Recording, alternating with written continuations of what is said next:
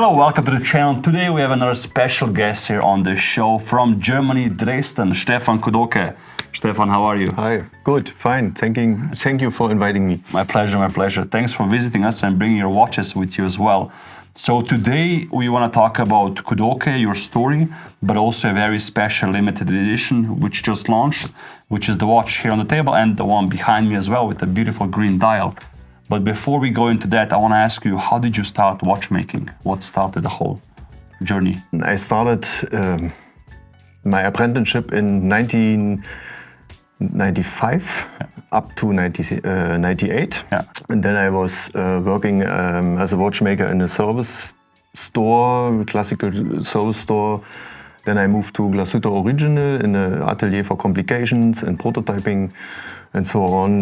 Then I moved to New York. I worked for Breguet, Blancpain and Omega in the service department. And then I decided to study business. And then next to the university, I founded the Kudoke brand and starting with the watches in 2004. Part-time next to the university and full-time 2008. So what were the first watches you made basically? Because I know you as the guy who skeletonizes watches and you create different shapes, animals, bones, different types of things on those dials. So, or basically the main plates. What inspired you to go into this whole skeletonization, let's say, area of watchmaking? Why skeletonized watches? When I worked by Sonderedition, I was responsible for a limited edition with skeleton watches. And that's the journey, or starting point of the journey. So then I was trying, how can I do it, to skeletonize it by hand, because I don't know it at this time.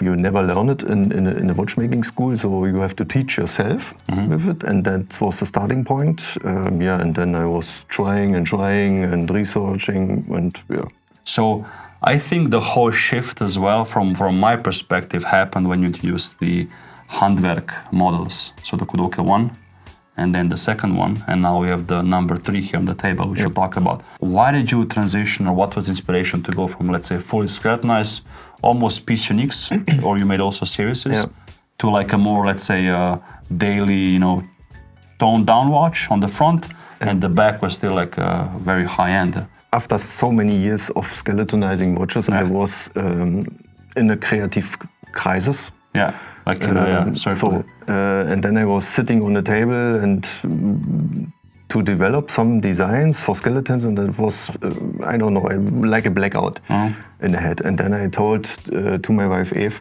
I have to think about some new watches, completely different. I started, and I was completely blocked in the mind.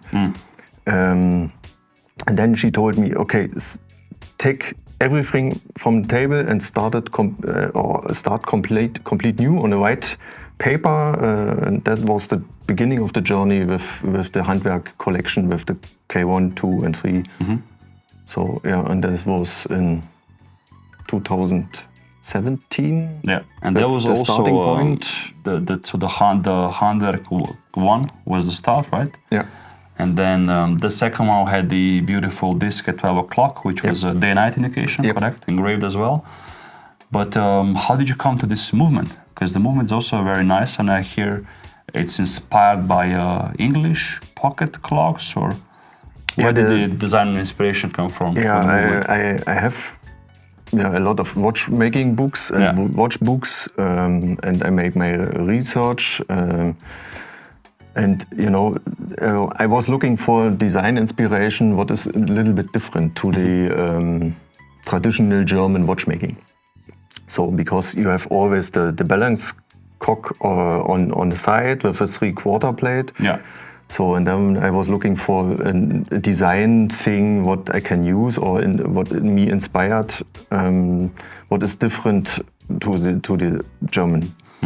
So, and that was the beginning. I have an old English pocket watch at home, and the balance cock by the English pocket watches was always on top of the bridge. And that is the design element what influenced our design in the movement So, and it's an interpretation, a modern interpretation of the old English design style. And also, so the balance cock is engraved and beveled, and Yes. the rest of the movement is basically like frosted, or what's the finish on that? Like bead blasting? No. It's grinded. We have a glass tool, and then we put little stones and oil inside, and then we grind it that you get the sparkling effect of the bridge. Very nice. So, and with blued screws as well, obviously, beveling, super nice watch. How was the success of the Handwerk 1? Let's say, what did it exceed your expectations, or was it? The success was good, very good. Also after the Grand Prix with the K2, it took us in a complete new area of watch collectors. It is different to the skeleton watches, I would say. We have complete different groups, collectors group. Skeleton watches is you like it or you hate it. Yeah. So, and it's a small group, for example. And with the new line, we have these huge collector groups worldwide, and we was going in quasi in the new area of collectors with this. So yeah, makes sense, because the high-end collectors that I know, let's say, if they don't buy something like Uhrwerk and FDB Tune, which is completely crazy on the outside, they like to buy a very simple-looking dial, clean, but the movement is, speaks for itself. It's more the focus of the watch. So I think with the Handwerk 1 and 2, it was, of course, the dials are also very well made, but I see it as a nice daily watch, which doesn't really stand out a lot. It doesn't scream, but for those who know what it is, you know what I mean? So you can still have a very cool watch and not really, shout, let's say. Yeah. Beautiful. And what was the story behind the watch we'll talk about today, the Handwerk 3? How did you come up with this interesting dial display? Yeah, that's when you have a watch with success, it's very difficult to make it. It's a lot of pressure to do a new one. So the most collectors they was thinking we come out with a new watch, let's say K2 with another indication, for example. Yeah. But I was trying to do also a completely different design, and then I was thinking about the K3. And then I have some design inspiration, Glashütte Original, for example. I worked there in the department for prototyping, and we developed the Glashütte Original Pano Retrograph. And there was a counter function where there was a special hand with 3 arms under the dial. Yeah. So that's the original design inspiration. Also, you have some Daniel Rolf watches or Breguet. The old watches, and there's a second hand, but on the top of the dial. Yeah, exactly. Yeah. So, and I was thinking about a new function with that I can include it as a hour hand, and that inspired me to develop this.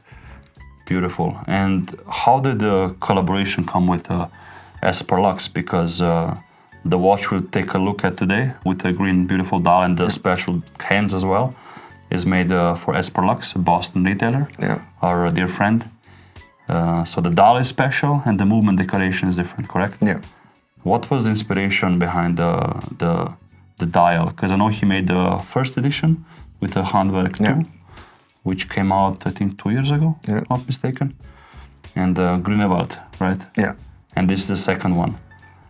Yeah, the point is, when we start our cooperation, we was thinking about some special from our region, what is inspired from our region. And we are outside of the city, let's say in the forest. So there's a lot of green, and we was thinking about the color, like the green. That was the starting point for the Grüner Wald, means green forest. That was the beginning, and we were starting with the K2 Grüner Wald, and now we With the take the K3, concept with the K3. And how did you? So the dial, the green part of the dial, is made with a similar process as the movement side of the regular piece, or what's the process of making the green dial? Let's say, or not the dial, the plate above it, or it's not the same process. It's a lacquer with little silver flakes inside. Yeah. Special, we developed it together with our dial supplier. It's a special lacquer for exclusive for this edition, for example. the color, right? And I think it matches the first one, correct? Yeah. More or less. I saw because we shot the watch when it came out as well, the first one. Yeah. And the green is pretty much accurate. And then, we was in the process, it started around 1 year ago, last year. We started with the ideas, and then also we was looking how we can mix the colors in the back dial or base dial and in the front dial. Yeah. So then we was trying with different green colors. We decided, okay, we stay with the base dial in white, silver white, and we put the green only on the front dial. So to have a look like this. And then the minute hand is essentially going around the periphery of the minute ring, basically, which I see also from the side is elevated by some cones. Like here I see that 1 o'clock and at 11 o'clock. You mean the pillars? The pillars, yeah, exactly, which is very cool as well. Yeah, the concept of the dial is you have the base dial is fixed on the movement plate, regular, like other watches or normal watches. So then you have 4 pillars. Yeah. They are fixed on the base dial. And then it's like you cook a hamburger, for example. You have slides. So base dial. Then you put the hour hand on on the wheel, and then you take the front dial on top of the pillars, and then you have to fix it with 4 screws. Yeah. So and then the minute hand on Beautiful. top. So it's elevated. And the hour hand is moving between the dials. Yes. And that's a very complicated assembling process because there is not so much space. And when you put the hour hand has 3 arms. So 3 arms with different lengths. Yes. So and when you put the hour hand on the wheel and it's not exactly right. Yeah. So it's like this. Yeah. Then it can scratch or it's hit scratched maybe at the base dial, or it's scratching the front dial on the top. Yeah. Wow. And that's it's a difficult point by the assembling process. Yeah, I'm sure, and the distances must be very minimal. Yeah. Then how are the hands created? This color, is it heat treated or is it coated or? It's not coated because they have like a nice brownish rose gold kind of. Yeah, that's hue. For the base model, we have it in blue. And for this edition, we was thinking about some different points, and then we was looking for a color like the trees. Yeah. In combination with the green, like the real trees. So and then we polish the hands by hand, and then we heat them with fire. Yeah. And then we try to get a very dark brown. It's made with fire, very watchmaking traditional way. Traditional way, yeah, perfect. And the back is also beautiful, highly decorated. Yeah. The first one was also that Esperlux made, was decorated already, but what are the patterns here? As I saw when I went close, I saw some acorns, correct? Yeah. Because again, inspiration is the forest, so was this made in-house, or do you guys have like somebody you work with for the engravings, or how was this created? The process is we was in the forest, and then you have different leaves, so from different trees. So and then we was thinking about this design or this design, and this the oak leaf is very unique. Yeah. And so we made a decision for the oak leaf, and then make a drawing for this, and then we started the process of the dimensions, Yeah. engravings, relief engravings, special techniques to get this result. Beautiful. So, and it takes, for example, we damaged also in the prototyping period. We damaged also some bridges because of the wrong engraving and the dimension was not correct. And then we get the result what we can work with. So it takes 5 up to 7 days for the engraving. So it's a very, very hard process in the development of this art movement. Yeah, no, but it's really nicely executed. When I shot the watch already, I mean, the details are really nice. It's very clean as well. And there's a plaque here as well, Kudoke, 1 of 18, because this is a limited edition of 18 pieces. And the beveling is also very nice. I mean, it's overall, I think, really gorgeous watch. So if you guys want to inquire about this piece, just check the link in the description. And if there's some available, I'm not even sure. And the plaque on the dial is also very nice with your name on it. And the stepped bezel, huh? It's a bezel, but it's not a bezel, like kind of mixer. But the quality of the case is all super nice. I always love this. The lower part, which is a bit more out of the case, then the stepped bezel, the crown is very unique with your name on top. Awesome. Thank you. So what's next for you? What's the? I mean, I know you can't tell too much probably, but what intrigues you? Yeah, we are working always on new things, you know. So we come out in Geneva. We will show the next watch, Kudoke. Pom pom pom. Kudoke ... We will show it next week or in 2 weeks. Yeah. 2 weeks. Yeah. So Geneva, Watches and Wonders, 2024. Yeah, in the AHCA exhibition. Yeah, awesome. And then we come up with new colors for different watches. And then I work also for the next watches for the next years. Yeah, beautiful. Well, thank you, Stefan, for coming to Zurich. I really appreciate it. Thank you. Guys, if you want to buy this watch, just check the link in the description. Again, this is a collaboration between Stefan Kudoke and Esperlux in Boston, USA. Maybe there's still some available, I'm not sure. Go check it out. He also sells other very cool, specific independent watches, which I love as well. Stefan, again, thank you so much for coming here. Guys, check also out Kudoke watches. Everything will be linked down below. Thank you for watching, and I'll see you next week. Thank you very much. Pleasure. See you soon.